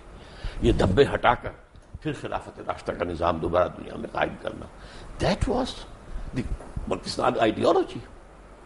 But we have failed, badly failed. Why? لمبی داستان ہے, بہت بات. میں سمجھتا ہوں کہ ان میں اصل میں ایک تو جو مسلم لیگ کی تحریک کے اندر کچھ انہیرنٹ ویکنیسز تھیں وہ سامنے آئی. مسلم لیگ کی تحریک ایک تحریک تھی, موومنٹ جو آندھی کی طرح آتی ہے اور بگولے کی طرح نکل جاتی ہے. تحریک جو ہے اس کے ساتھ جب تک کہ کوئی مضبوط جماعتی ڈھانچہ نہ ہو, کارڈرز, معین کارڈرز کے ساتھ ایک مضبوط جماعت, وہ آگے نہیں چل سکتی. یہی فرق تھا مسلم لیگ میں اور کانگریس میں. کانگریس کی مضبوط جماعت تھی, اس کے کارڈرز تھے, اس کا نظم تھا. مسلم لیگ کا نہیں تھا معاملہ, وہ تو ایک تحریک تھی. اور در حقیقت ایک چونکہ ایمرجنسی کی حالت پیدا ہو چکی تھی کہ مسلمانوں نے ہند کا کیا جو ہے مستقبل ہوگا, تو اس حوالے سے پاکستان بنتے ہی مسلم لیگ تو ختم ہو گئی, جسٹ میلٹڈ اوے. اور اس کے بعد کیا ہوا؟ چونکہ مسلم لیگ کی زیادہ قیادت مائنورٹی پروونسز سے آئی ہوئی تھی، ظاہر بات ہے کہ یہاں کے سنز آف دی سوائل تو وہ نہیں تھے، اب مرنا بھی تھا، ایک ایک کر کے مر گئے، اور ظاہر سے پھر یہاں پر تو سارا معاملہ جو آیا ہے پھر وڈیروں کے ہاتھ میں آ گیا، بیوروکریسی کے ہاتھ میں آ گیا، اور اس میں ایک بہت بڑی غلطی مولانا مودودی سے ہوئی، وہی جس کا پہلے ذکر ہو چکا ہے۔ وہ پاکستان موومنٹ سے علیحدہ رہے، انہوں نے ساتھ نہیں دیا، انہوں نے کہا کہ ہم ایک اصولی اسلامی تحریک جو ہے وہ برپا کر رہے ہیں، لیکن پاکستان میں آ کر ان سے غلطی ہوئی، انہوں نے الیکشن میں حصہ لے کر اور ایک پولیٹیکل پارٹی بنا دیا، اور نتیجہ کیا ہوا؟ اب گویا کہ اسلام ایک پولیٹیکل ایشو بن گیا۔ اس سے پہلے مولانا مودودی مطالبہ لے کر کھڑے ہوئے تھے اسلامی دستور کا، اس وقت تک چونکہ جماعت پولیٹیکل پارٹی نہیں تھی تو تمام حلقے جتنے تھے مذہبی انہوں نے ان کا ساتھ دیا۔ ایک غلطی یہ تھی، کیا؟ کانسٹیٹیوشن 1973 کا جو پروگرام شروع ہونے سے پہلے میں آپ سے ذکر کر رہا تھا، جس میں آپ نے مجھ سے پیج پوچھا تھا، میں نے پیج 129 آپ کو کوٹ کیا تھا۔ جب ہم بریک سے آئیں گے تو ہم اس کے اوپر بات کریں گے کہ اسلام ممانعت کرتا ہے بڑی سختی سے فرقہ بندی کی، ہمارا آئین جو ہے فرقوں کو ریکگنائز کر رہا ہے، اور چاہے وہ انفرادی طور پہ کر رہا ہے چاہے وہ اجتماعی طور پہ کر رہا ہے۔ ڈاکٹر صاحب میں نے آپ کو کانسٹیٹیوشن دکھایا، اس میں پریمبل میں ایک چیز لکھی ہوئی ہے کہ wherein the principles of democracy, freedom, equality, tolerance and social justice as enunciated by Islam shall be fully observed۔ اور دوسرا آگے پیج 129 پہ اسلامک پروویژنس کے اوپر لکھا ہے کہ in the application of this clause to the law of any Muslim sect, the expression Quran and Sunnah shall mean the Quran and Sunnah as interpreted by the sect۔ تو پہلی بات تو یعنی دو سوال، ورڈ پرسنل لا وہ اب کہاں گیا؟ Personal law of any Muslim اس کو سیکٹ۔ کہیے۔ پہلا تو یہ ہے کہ ڈیموکریسی اور اسلام جی ان کا مجھے تو تضاد لگتا ہے۔ مجھے نہیں لگتا، میں بتاتا ہوں آپ۔ بسم اللہ۔ Democracy as such is kufr and shirk. It is based on the principle of popular sovereignty. Islam میں sovereignty belongs to God. اللہ بالکل سروری زیبا فقط اس ذات بے ہمتا کو ہے، حکمراں ہے ایک وہی باقی بتانے آسری۔ اچھا، اس کا نتیجہ کیا ہے؟ اللہ کی کتاب اور اس کے رسول کی سنت، اس کی پابندی کرنی پڑے گی۔ اس کے اندر امرہم شورا بینہم، جہاں اللہ اور اس کے رسول کا کوئی حکم نہیں ہے وہاں بھی مشورے سے معاملہ طے کر لو۔ کوئی اتھارٹیرینزم، کوئی ڈکٹیٹرشپ نو، کوئی ڈائنیسٹی نو، امرہم شورا بین۔ دس از جمہوریت، اسلامی جمہوریت۔ You can say it's a controlled democracy, limited democracy. Limited by the injunctions of the Quran and the Sunnah, not by any person or any dynasty or any monarch, no whatsoever, by injunctions of the Quran and Sunnah۔ میں اس کی مثال دیا کرتا ہوں بہت سادہ سی، 2 minute میں ذرا لے لیجئے کہ اگر آپ کے پاس ایک گھوڑا ہے، آپ چاہتے ہیں کہ وہ بھاگے بھی نہ لیکن یہ کہ جڑ بھی نہ جائے اس کے ہاتھ پاؤں، تو آپ نے 200 گز کی رسی سے باندھ دیا ایک کھونٹے کے ساتھ۔ اب ایک سرکل وجود میں آ جائے گا 200 یارڈز جو ہے ریڈیس کا، اس میں گھوڑا آزاد ہے، مشرق جائے، مغرب جائے، شمال جائے، جنوب جائے، 150 گز جائے، 200 گز سے ایک گز نہ ادھر نہ ادھر نہ ادھر نہ ادھر۔ This is Islam. Injunctions of the Quran and Sunnah, that is the circle, you can't cross it. لا تعتدوا حدود اللہ، تلک حدود اللہ فلا تعتدوها، تلک حدود اللہ فلا تقربوها۔ یہ حدود اللہ ہے، اللہ اور اس کے رسول کی سنت، اور اس کو آپ نے البتہ اس کے اندر، اب اس کے اندر فرض کیجئے کہ ایک گھر کے اندر آپ ایک پارٹی جو ہے وہ دینا چاہتے ہیں لوگوں کو، آپ اس کے اندر بھائی ڈرنک کیا دی جائے، ایک چیز ختم ہو جائے گی، شراب نہیں دی جائے گی، وہ حرام ہے، وہ دائرے سے باہر نکل گئی۔ اب 7 اپ دیں، روح افزا دیں، کیا دیں، وہ آپس میں مشورے سے طے کر لیں۔ دائرے کے اندر جو کچھ ہے مباح ہے، اس مباح میں آپ اپنے مشورے سے بھائی counting votes you can decide. So this is Islamic democracy. ٹھیک ہے، الحمدللہ۔ اپنا مجھے اس میں کوئی اعتراض نہیں ہے، یعنی ان سینس کہ خدا نخواستہ ہو بھی نہیں سکتا، لیکن میرا مطلب ہے کہ میرے حساب سے تو ڈیموکریسی اور جو موجودہ ڈیموکریسی ہے اس کا تضاد ہے، ہیومن ساورنٹی، کیونکہ اگر میرے لیے حضور صلی اللہ علیہ وسلم کی ذات ایک طرف، ان کا حکم ایک طرف، پوری کائنات ایک طرف، بالکل میں تو اس طرف جاؤں گا۔ اللہ کا حکم اور رسول کا حکم، بالکل تو نہیں، رسول کا حکم وہی ہوگا جو اللہ کا حکم ہے، رسول نے بھی تو وہی کہنا ہے جو اللہ نے کہا۔ کیٹیگریز 2 ہیں، ایک اللہ کا حکم ہے جو قرآن میں آیا ہے، ایک حدیث ہے جو حضور کا حکم ہے۔ چلیں نیکسٹ پلیز۔ ڈاکٹر صاحب لاسٹ میں جس چیز پہ آپ سے میں تفصیل چاہتا ہوں، آپ نے پہلے کہا کہ ذرا سینسٹیو معاملہ ہے، لیکن سورہ بقرہ میں اللہ تعالیٰ نے فرمایا کہ وَإِذْ قَالَ لَا تُفْسِدُوا فِي الْأَرْضِ، اور پھر آگے آیا کہ قَالُوا إِنَّمَا نَحْنُ مُصْلِحُونَ وَهُمُ الْمُفْسِدُونَ وَإِنَّهُمْ كَانُوا عَذَابٌ أَلِيمًا، کہ تم میں سے ایسے لوگ ہوں گے جو دنیا میں فساد کریں گے، اور جب ان کو روکا جائے گا تو کہیں گے کہ ہم تو اصلاح کرنے والوں میں سے ہیں، لیکن وہی فسادی لوگ ہیں اور ان کے لیے آخرت میں دردناک عذاب ہے۔ تو اللہ تعالیٰ یہ کن کے متعلق کہتا ہے؟ ہاں ذرا اس کے لیے جہاں سے ہماری ایک بات ختم ہوئی تھی نا، حضور نے انقلاب برپا کرنے میں پہلے 12 سال مکے میں جو جہاد باللسان کہہ لیں، جہاد بالقرآن کہہ لیں، جو بھی کہیں، جہاد نفس کے ساتھ کیا، جماعت تیار کر لی، اس کے بعد آپ نے باطل سے ٹکر شروع کی۔ اب دیکھیے ہر کسی انقلابی تحریک کے ساتھ آنے والے سب لوگ ایک طرح کے نہیں ہوتے، کچھ لوگ وہ ہوتے ہیں ہر چے باد آباد، ماں کشتی درا بنداختیں، اب جو ہو سو ہو، یہ کشتی اگر چلے گی تو ہم بھی جئیں گے ورنہ ڈوبنے کو تیار ہیں، جو قربانی چاہیے حاضر ہے۔ کچھ لوگ جو ہیں کسی چیز کی بیوٹی جو ہے اٹریکٹ تو کر لیتی ہے، بات ٹھیک ہے یہ، لیکن اس کے لیے قربانی دینا، جان اور مال کا خطرہ لینا، اس سے ذرا وہ پھر پیچھے ہٹنے شروع ہوتے ہیں۔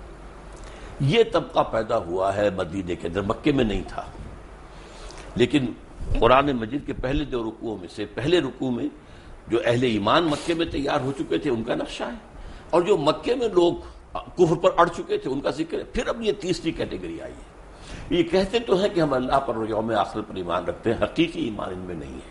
ان کا معاملہ یہ ہوا تھا جب حضور نے، میں نے آپ سے کہا 6 مہینے آپ نے لیے 3 کام کیے، کنسٹرکشن آف دی ماسک، اور بھائی چارہ مہاجرین اور انصار میں، اور یہودیوں کو جکڑ لیا ایک معاہدے میں، میثاق مدینہ۔ اس کے بعد آپ نے ایڈوانس شروع کر دیا، مکے کی طرح چھوٹے چھوٹے دستے بھیجنے شروع کر دیے، پرووکیشن کر رہے ہیں آپ۔ تو ان لوگوں کا یہ کیا کر رہے ہیں، یہ قریش کے ساتھ بڑھواؤ گے، ہمیں مرواؤ گے، کیا کرو گے؟ اب انہوں نے حضور کے خلاف بات شروع کی۔ اب یہاں ایک پارٹی ڈسپلن تھا، حضور اللہ کے نبی بھی تھے، رسول بھی تھے صلی اللہ علیہ وسلم، اور مسلمانوں کے امیر بھی تھے، سپہ سالار بھی تھے۔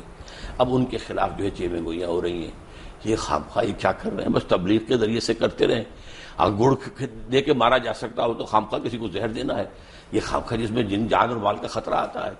تو اس لیے انہوں نے پیچھے ہٹنے کی کوشش شروع کی۔ ان سے کہا گیا یہ کیا فساد مچا رہے ہو؟ فساد کیا ہے؟ جماعت کے اندر فساد، اس جماعت کے اندر تم جو ہے اب حلقے پیدا کر رہے ہو، اور اب یہاں پر بیٹھ کر جو ہے وہ امیر کے خلاف جو ہے وہ سازشیں کر رہے ہو، یہ فساد ہے۔ ان کا نہیں، ہم تو در حقیقت اصلاح کرنے والے ہیں، ہم کہتے ہیں کہ تم کیوں قریش سے ٹکرا رہے ہو، فساد تو تم پیدا کر رہے ہو، ہم تو نہیں کر رہے۔ لیکن وہ کہا کہ اصل میں مفسد یہی ہے، اس لیے کہ وہ تو اس بڑے فساد کو ختم کرنے کے لیے جہاد کرنا پڑے گا، اب شرک کے خاتمے کے لیے اور اللہ کی حکومت قائم کرنے کے لیے۔ اس لیے کہ اللہ تعالیٰ نے 3 مرتبہ حضور کے لیے فرمایا ہے قرآن میں، هو الذی ارسل رسولہ بالہدی ودین الحق لیظہرہ علی الدین کلہ، کسی اور نبی کے لیے یہ الفاظ نہیں آئے، بھیجا ہی اس لیے تاکہ اس دین حق کو نافذ کرے اور غالب کرے، لہذا آپ کو تو یہ کام کرنا ہی کرنا تھا۔ تو اس وجہ سے انہوں نے جب کہا گیا، ان سے کہا گیا آمنوا کما آمن الناس، مت دیکھو دوسرے لوگوں کو، دیکھو وہ ایمان لائے، یہ دیکھو ابو بکر ہیں، عمر ہیں، فلاں ہیں، طلحہ ہیں، زبیر ہیں، علی ہیں، حمزہ ہیں، ہاں تم بھی ایسے ہی ایمان۔ یہ تو بیوقوف لوگ ہیں، انہیں اپنے مفاد کی فکر ہی نہیں ہے، نہ یہ دائیں دیکھتے نہ بائیں دیکھتے، جسے ہم کہیں گے فینیٹکس، یہ تو فینیٹکس ہیں، پاگل ہیں، انہیں اپنے مفادات کی اور اپنی مصلحتوں کا فکر، ہم تو ایسے بیوقوف نہیں ہیں۔ یہ ہے سارا پس منظر اس کا کہ یہ منافقین تھے، اور منافقین میں بھی ایک خاص بات نوٹ کریں گے کہ وہاں ایمفیسس کیا ہے، وَمِنَ النَّاسِ مَن يَقُولُ آمَنَّا بِاللَّهِ وَالْيَوْمِ الْآخِرِ، رسول کا ذکر نہیں ہے۔ اصل مسئلہ کیا تھا، رسول کی اطاعت ان کو بڑی شاخ تھی، اور بلکہ وہ یہ بھی کہتے تھے کہ ابھی قرآن میں تو حکم آئی نہیں، اور انہوں نے پہلے شروع کر دی چھیڑ چھاڑ۔ پھر سورہ محمد نازل ہوئی ہے، اور اس میں یہ ہے کہ پورا قتال کا حکم آ گیا ہے، اب وہ لاجواب ہو گئے۔ لیکن یہ ہے کہ وہ بہرحال اپنے، جس کو آپ کہتے ہیں ڈریگنگ دی فیٹ، کہ وہ اب اس معاملے میں آگے نکلنے کو، آنے کو تیار نہیں تھے، پیچھے ہٹنے شروع ہو گئے۔ یہ وہ طبقہ تھا۔ جب تک کہ آپ حضور کی سیرت کو ایک ڈائنامک اور انقلابی انداز میں نہیں سمجھیں گے، آپ کو سمجھ میں نہیں آئے گا۔ ایک چلتے چلتے میں ایک آپ کو میں سوال پوچھوں گا، حالانکہ میں نے کہا تھا لاسٹ کویسچن، کہ آپ یہ نہیں سمجھتے کہ ہم مسلمانوں کا ایک المیہ یہ ہے کہ ہمیں اپنے دین کا ہی نہیں پتا، نہ ہم پتہ کرتے ہیں، بس سینہ بسینہ جو کہاوتیں ہماری چلی آ رہی ہوتی ہیں ان پہ ہمارا پورا ایمان بیسڈ ہے، خود ہم تحقیق نہیں کرتے، خود قرآن مجید کو پڑھتے نہیں، تفاسیر کو نہیں کھولتے، اور یہ کمی ہے بڑی ہم سے سیریس۔ آپ کی اس بات سے 100% اتفاق ہے میں نے اپنی زندگی کے 50 برس اسی کام میں لگائے کہ قرآن پڑھوں اور پڑھاؤں، سیکھوں اور سکھاؤں، سمجھوں اور سمجھاؤں. خاص طور پر ایجوکیٹڈ لوگ، ڈاکٹرز ہیں، MBBS ہیں، PhDs ہیں، انجینئرس ہیں، جو شعور رکھتے ہیں. کم سے کم 100 ایسے نوجوان تیار کر چکا ہوں، ہائیلی کوالیفائڈ، جو میری ہی طرح درس قرآن اب دے رہے ہیں، اور میں نے اپنی زندگی اس کام میں لگائی. لیکن پھر یہ کہ میں نے اس کے بعد اب صرف ایک علمی بات نہیں ہے، یہ ایک اکیڈمک چیز نہیں ہے، بلکہ قرآن کی دعوت اور اس دین کو قائم کرنے کے لیے جماعت قائم کی ہے تنظیم اسلامی کے نام سے، بیعت کی بنیاد پر قائم کی ہے، جو آج کی دنیا میں بہت ہی لوگوں کے لیے حیرت انگیز بات ہے. آپ کے پرنانا نے بیعت کی تھی مولانا ابوالکلام آزاد کے ہاتھ پر، بیعت کی بنیاد پر حزب اللہ بنی 1913 میں. لیکن اس کے بعد تو معاملہ غلط. مولانا مودودی نے جماعت بنائی، بیعت کا معاملہ نہیں کیا. ہم نے بنائی ہے بیعت کی بنیاد پر ہے، اور بیعت بھی ایک حدیث صحیح، بایعنا رسول اللہ صلی اللہ علیہ وسلم علی السمع والطاعۃ فی العسر والیسر والمنشط والمکرہ وعلی اثرۃ علینا وعلی الا ننازع الامر اہلہ وعلی ان نقول بالحق عندما كنا لا نخاف فی اللہ لومۃ لائم. یہ متفق علیہ روایت ہے بخاری اور مسلم کی. حضرت عبادہ بن ثابت فرماتے ہیں ہم نے بیعت کی تھی اللہ کے رسول سے، آپ کا ہر حکم سنیں گے اور اطاعت کریں گے، چاہے مشکل ہو چاہے آسان، چاہے ہماری طبیعتیں آمادہ ہوں چاہے ہمیں اپنی طبیعتوں پہ جبر کرنا پڑے، چاہے آپ دوسروں کو ہم پر ترجیح دے دیں. ہم یہ نہیں کہیں گے کہ آپ نے نوبارد کو ہم پر امیر بنا بیعت تو دیا. بیعت ہے نا، بیعت میں تو کوئی کویسچنز نہیں ہوتے. اور یہ البتہ جہاں بھی ہوں گے حق بات ضرور کہیں گے، رائے ضرور دیں گے. اور اس وجہ سے خامخواہی بات پہ لوگ ہنسی پڑیں گے کہ دیکھو یہ کیا کہہ رہا. نہیں، لا نخاف فی اللہ لومۃ لائم، بات اپنی حق کہہ دینی ہے لیکن فیصلہ امیر کا ہو. یہ بیعت ہے جس پر کہ ہم نے تنظیم اسلامی قائم کی ہے. ڈاکٹر صاحب آپ کا بہت بہت شکریہ، آپ آئے اور آپ نے مختلف سوالوں کے جوابات دیے، اور میں آپ کا بالخصوص اس وجہ سے شکر گزار ہوں کیونکہ ہمارے بڑے اچھے اچھے نامور علماء جو ہیں سیاست کے اوپر بات کرنا پریفر کرتے ہیں، مذہب کے اوپر بات کرنا پریفر نہیں کرتے. اور جب ہم مذہب کے اوپر بات کرتے ہیں تو ہماری اپنی جستجو ہوتی ہے، ہمارا جو شوق علم ہے وہ جو ہے ہمیں کیا کہتے ہیں سختی سے مائل کر رہا ہوتا ہے کہ نہیں یہ پوچھنا ہے یہ پوچھنا ہے. خدا نہ خواستہ اس کا مقصد گستاخی نہیں ہوتا، کہیں ایسا نہ آپ سمجھیے گا. میں چلتے چلتے اپنے ناظرین کو ایک بات کہوں کہ جیسے میں نے سورہ غاشیہ کی ایک آیت کی میں ایک انٹرپریٹیشن ڈاکٹر صاحب کو دے رہا تھا، تو ایک حدیث نبوی ہے، میں اس کی اکثر لوگوں کو بات بتاتا ہوں اپنے دوستوں کو کہ علم حاصل کرنے کے لیے چین بھی جانا پڑے تو جاؤ، علم کی جستجو اس کے لیے اگر چین بھی جانا پڑے تو جاؤ. تو وے آئی لک ایٹ اٹ وہ یہ ہے کہ حضور انور صلی اللہ علیہ وسلم تو اس وقت مکے میں تھے یا مدینے میں اس وقت تشریف رکھتے تھے جب یہ حدیث آئی. تو چائنا کیوں جائیں جبکہ ساری دنیا ساری کائنات کا علم جو ہے وہ عرب کے اندر ہے؟ تو چائنا کیوں جائیں؟ بات یہ کہ ایک تشبیہ تھی کہ آپ چائنا جا رہے ہیں، پہلے آپ ایک ریگستان کراس کر رہے ہیں، اس کے بعد آپ ایک سمندر کراس کر رہے ہیں، اس کے بعد ایک ماؤنٹ ایوریسٹ آپ کراس کر رہے ہیں.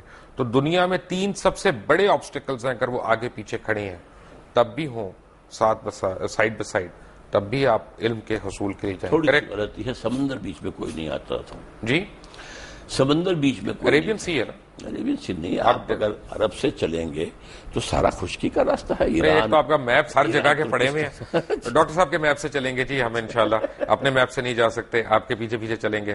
ڈاکٹر اسرار احمد آج ہمارے درمیان تھے. Until tomorrow.